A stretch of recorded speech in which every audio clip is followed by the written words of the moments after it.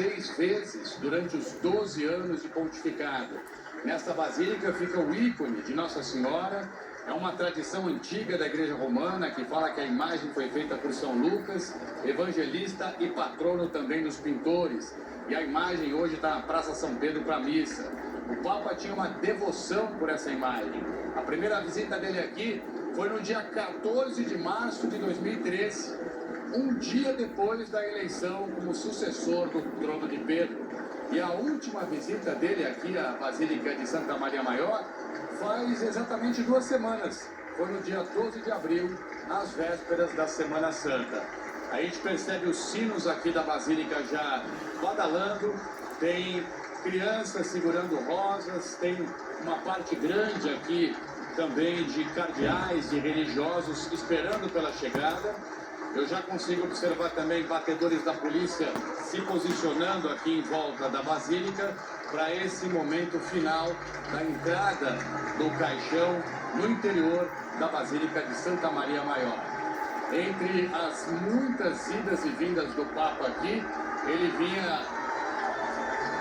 vinha exatamente para pedir pelo êxito, pelo sucesso das suas viagens, e depois ele voltava para agradecer. E muitas vezes, quando ele desembarcava em Roma de uma viagem internacional, a primeira coisa que ele fazia era dar uma passadinha aqui. Entrava sozinho, pedia para o motorista esperar, ia até próximo do altar, fazia uma oração e poucos minutos depois ele ia embora. Os fiéis ficavam absolutamente surpresos ao ver o Papa dentro da Basílica, sozinho ali, fazendo uma oração e depois partindo. Imagina a emoção de você se deparar com um momento desse. Encontrar o Papa Francisco dentro da Basílica durante uma visita. Ele esteve aqui também, logo depois das 4 internações no Hospital Gemelli. Uma em 2021, 2 em 2023 e a mais longa recentemente. E agora, portanto, a gente consegue observar a chegada do cortejo à praça que fica em frente à Basílica de Santa Maria Maior. Basílica papal construída faz 16 séculos. É uma das 4 basílicas papais.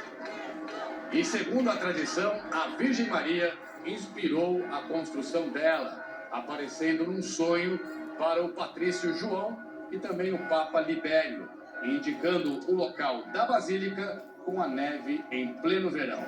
São histórias aí que envolvem, portanto, toda a tradição da Basílica de Santa Maria Maior, que fica aqui no bairro de Esquilino, na cidade de Roma. Já vem o cortejo se posicionando aqui. Eu estou bem em frente ao caixão. Essa imagem que você vê com a gente também aqui ao vivo é do Pedro Assir, que me acompanha nessa viagem a Roma desde segunda-feira. E agora, portanto, esse momento tão importante, os cardeais descendo dos veículos ao lado, lembrando que hoje faz um dia de muito sol aqui em Roma. Até há pouco não tinha nenhuma nuvem no céu, agora tem um pouco de nuvem, mas o calor é imenso. Eu não sei se o Pedro me ouve, mas dá para a gente ver no telhado dos prédios, das casas, muita gente se aglomerando nas janelas, na cobertura dos edifícios. É impressionante a quantidade de gente mobilizada hoje aqui. E agora a população aplaudindo. A população aplaudindo.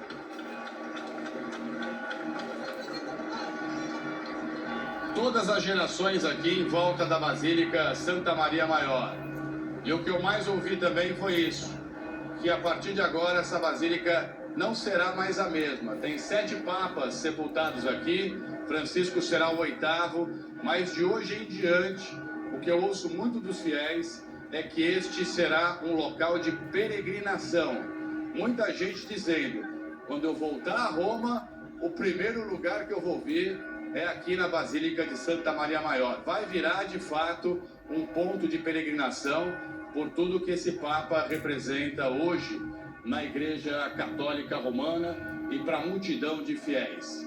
Um Papa que a gente vem dizendo aqui já há muito tempo, desde o falecimento dele, desde que ele morreu, a importância dele no mundo católico, para os fiéis, e mais do que isso, o quanto ele quis e fez com que as portas do Vaticano se abrissem para a população.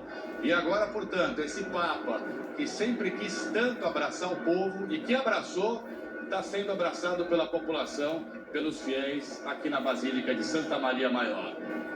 É isso, Trali, a gente vai vendo aí, acompanhando o seu relato, nessas imagens, o corpo do Papa Francisco, então, chegando na igreja de Santa Maria Maior, e ali tem um último simbolismo aí nesse final, antes da entrada na Basílica Santa Maria Maior, que há várias pessoas que estão ali nas escadarias, a gente já viu ali algumas imagens, pessoas que estão com uma rosa na mão, são pessoas pobres, pessoas sem teto, há também ali detentos, pessoas transgênero, que foram chamadas para ficar ali nesse momento e prestar essa última homenagem ao Papa, num significado importante sobre esse papel do Papa inclusivo, de trazer as pessoas para a igreja. Esse momento a gente vê, olha, esse aí já é o interior da Basílica Santa Maria Maior, agora imagens ali do corpo sendo esperado, vai passar já o caixão por ali, já sendo carregado ali ao fundo para as cerimônias finais. Isso, é a Basílica Casa de Maria, a Casa da Simplicidade. Nessa basílica existe uma relíquia muito importante, que é a relíquia da manjedoura de Jesus. Então tem um sentido assim muito de profunda simplicidade, humanidade, o momento que Jesus nasceu, né? E são pedaços de madeira. Isso, que segundo a tradição, a manjedoura de Jesus. Fazem parte da manjedoura. Exato, e foi nesse lugar que Santo Inácio de Loyola, fundador da companhia, celebrou sua primeira missa. Então tem toda uma conexão, uma ligação desse amor ao Papa, que o Papa tem à igreja, Casa de Maria, Devoção a Maria, mas também o lugar aí da manjedoura, a simplicidade, onde Santo Inácio celebrou a primeira missa. Muitos aplausos agora, vamos ouvir. O som do sino também a gente vê, continua esse sino com esse toque fúnebre nesse momento de despedida do Papa Francisco. O Papa Francisco vai ser o 8º Papa a ser enterrado na Basílica de Santa Maria Maior. O Papa até então mais conhecido foi São Pio V. São Pio V, que foi o responsável pela reforma da liturgia depois do Concílio de Trento, e isso eu estou falando século XVI. Então veja como o Papa Francisco dá uma importância e dá uma visibilidade a Santa Maria Maior.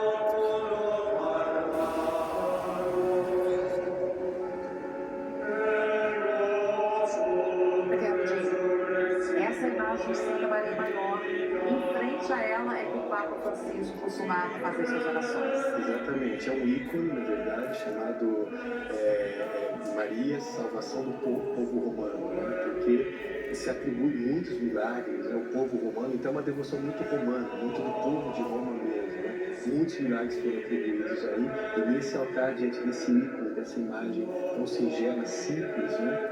É que o Papa Francisco rezava, e ao lado vai ser enterrado, porque ele escolheu e deram para ele esse lugar ao lado do lugar onde ele rezava, ao lado da imagem, né? Uma igreja construída. Certamente haverá um ponto de peregrinação.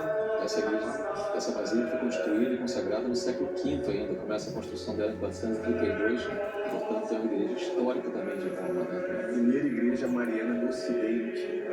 Camarote, você citou outros 8 papas que estão enterrados lá, mas isso há bastante tempo, né? Porque nos últimos 120 anos, todos os papas eram enterrados na Basílica de São Pedro. Então, esse também foi um movimento do Papa Francisco de querer estar ali numa basílica mais próxima das pessoas, uma basílica que pertence ao Vaticano, mas já é dentro do território de Roma, dentro da cidade de Roma, e que certamente vai virar um ponto de peregrinação de pessoas que vão de todo mundo lá para prestar sua homenagem. E era de latrão, não era a Basílica de Santa Maria Maior. O último fora do Vaticano não era em Santa Maria Maior. Então, Em outra igreja. Em outra igreja.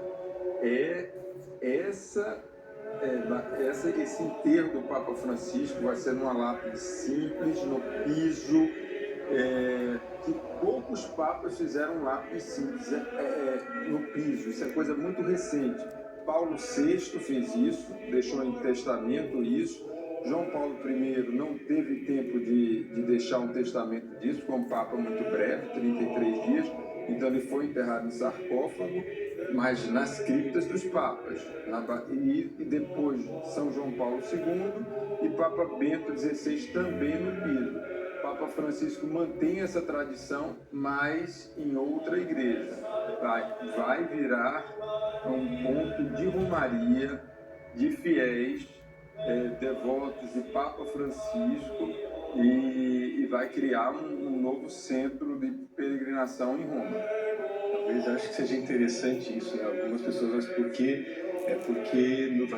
deixou de ser o Vaticano, não São Pedro, né? Eu acho que o Papa Francisco traz um pouco isso também. Por que não em outro lugar, né? Por que não pensar de outra maneira? Por que não transformar o que é necessário? Então tem um pouco também do estilo dele de mostrar que a realidade ela é muito mais ampla e que a realidade ela pode nos oferecer outros caminhos. Aí, mais uma vez, em destaque, essa imagem que falávamos de Santa Maria Maior. O Papa Francisco costumava rezar em frente a essa imagem. E aí vamos vendo os momentos finais em que o caixão já está dentro da igreja de Santa Maria Maior para o sepultamento. Olha que cena singela, o Papa sempre entrou com flores, colocava as flores no altar e rezava. E agora Dessa vez teve as crianças entrando com flores. Ele deixava sempre a rosa, a Nossa Senhora. Ele sempre entregava lá uma rosa. São rosas brancas ali que as crianças estão deixando. Era uma tradição dele quando ele chegava aí. Está sendo mantida essa tradição. E bonito também ver que as crianças representam a diversidade, né? São crianças com rostos diferentes. Então, a última parada do Papa em frente ao lugar onde ele sempre rezou. E agora na lateral será sepultado. E aquela imagem de Santa Maria, não é essa da qual o Papa rezava, ela tem aqueles traços mais orientais mesmo, de fato, né? Exatamente. Isso é interessante, por isso eu comentei sobre o encontro do Ocidente e do Oriente, né? Os ícones são uma forma de rezar, na verdade são uma escrita em imagem, né? A gente diz assim que o ícone não é que você olha para a imagem que te olha, é um movimento de contemplação, é uma nova forma, uma outra forma de rezar. E vocês notam que o caixão fez uma parada na frente da imagem como se fosse, digamos assim, uma última oração antes de vida, e agora que vai ser levado. O último encontro dele com essa imagem, mais uma vez aí em destaque, que representava tanto o Papa Francisco. A gente está vendo uma semana de despedidas, né? Porque o momento do domingo de Páscoa, o Papa Francisco insiste em fazer a volta de Papa móvel sem condições físicas e contrariando recomendação médica. Era uma despedida.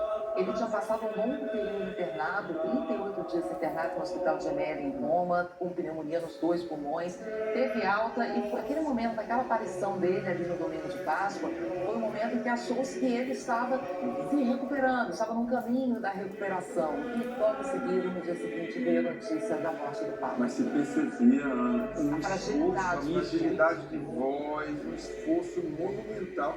E quando ele foi para o presídio, visitar na quinta-feira santa, ele foi ao presídio e era um gesto também de despedida e marca exatamente a opção do Francisco pelas periferias, por segmentos da sociedade mais marginalizados. E aquela ideia dele como tentando mediar a paz ainda, naquele último discurso que ele não teve nem condições de ler, foi lido por um ajudante, ali havia também mais uma vez um pedido por cessar fogo. Mais uma vez ele falava ali de Ucrânia e falava também da questão da faixa de Gaza. Vamos lembrar que é o conflito que acontece na Terra Santa, né?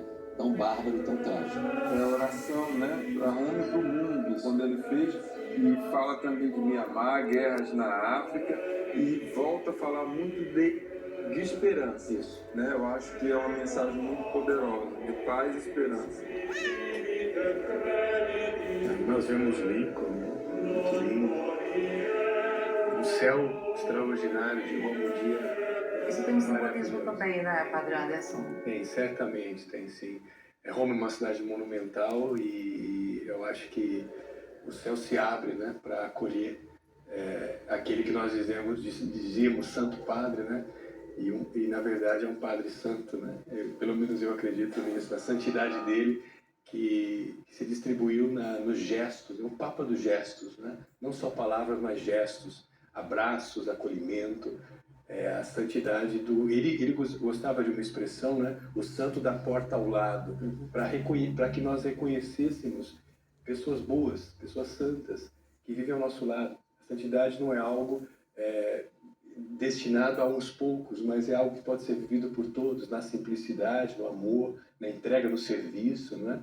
Eu acho que o céu se abre e dá uma mensagem para todos nós. Padre Anderson, tem uma coisa interessante, que no dia do conclave, quando é anunciado, quando tem a fumaça branca, e estava chovendo muito em Roma, muito naquele dia, a gente estava na cobertura, e quando anuncia que vai ter, para de chover, a multidão chega, é muito simbólico isso. Agora a gente está vendo um dia de sol para que todo mundo esteja em Roma nas ruas, né? E, Padre, também é importante lembrar que esse momento agora de contrição, de homenagem, de reflexão, ele antecede agora intensas negociações, de discussões mesmo da política vaticana, dos rumos que essa igreja vai tomar. Então, essa calma precede algo que vai ser intenso em termos de Essas conversas. negociações de bastidores realmente são na realidade, são imprevisíveis. Sim, exato. Eu diria, vamos lá, eu acho que é importante entender o que motiva as pessoas, né? Quando eu diz as negociações, todos querem o bem da igreja, querem que seja a melhor solução, melhor Mas há caminho. pensamentos diferentes de como Exato, atingir isso. Exato, mas assim, eu acho que é importante partir desse princípio, que todos querem o bem, e mais acreditam que o bem vai por aqui ou por outro lado. De qualquer maneira, eu acho que se impõe hoje assim um perfil, né? O Papa ele não escolhe o seu sucessor, mas ele prepara um caminho. Hoje existe um perfil necessário, né? Então, as negociações agora vão se tratar muito sobre o estado da igreja nesse momento. Então, vão se falar muito sobre como é que se encontra a igreja, dados numéricos, contextos, né? Questões profundas. Então, vai se começar a conversar sobre isso, para a partir da realidade, do estado da igreja, do status, né, da igreja, se desenhar um perfil. Que Papa precisamos? E em seguida, a pessoa é escolhida ou se identifica a pessoa. Mas tudo isso, eu acho importante a gente lembrar, embora tenha essa dimensão assim, muito política, negociações, pensamento, isso é verdade, mas tudo isso é quase que envolvido por oração, por uma espiritualidade. Então a gente também não pode perder essa dimensão, né? Isso começa muito agora nos bastidores. O conclave em si começa no período de 15 a 20 dias depois da morte do Papa, que aconteceu na última segunda-feira. E aí, durante o dia, há as votações e só termina quando o escolhido tiver 2/3 mais um voto dos cardeais ali. Exatamente. Eu diria que é um grande processo, né? Em que se vai chegando ao nome da pessoa, né? Existem muitas histórias sobre isso, né? Claro, na Idade Média as condições não eram favoráveis, então assim, se procurava fazer mais rápido tudo, já não é mais o nosso caso, né? Eu acho que hoje existe assim, uma consciência muito profunda da situação do mundo global, com grandes desafios, e os cardeais, claro, vão fazer discussões aprofundadas e vai chegar um momento que vai ter que escolher alguém. Eu acho também isso é importante, né? Isso é muito humano, né? Tem que tomar uma decisão. Decisão significa uma cisão, deixar algo e escolher por alguém, no caso. Então, certamente, eles vão chegando, é um processo em que vai se apontando primeira votação, segunda votação, terceira, aí chega um momento em que se entende, né? Olha, é essa pessoa, e aí, passando 2/3 e um voto, a gente sabe as narrativas como são, uma salva de palmas, se levantam, e aí está eleito o novo pontífice. Próximos passos que a gente certamente vai seguir acompanhando muito de perto. Você de casa acompanhou essa transmissão em conjunto TV Globo e Globo News, mostrando essa despedida do Papa Francisco. Você que está na Globo, fica agora com a nossa programação.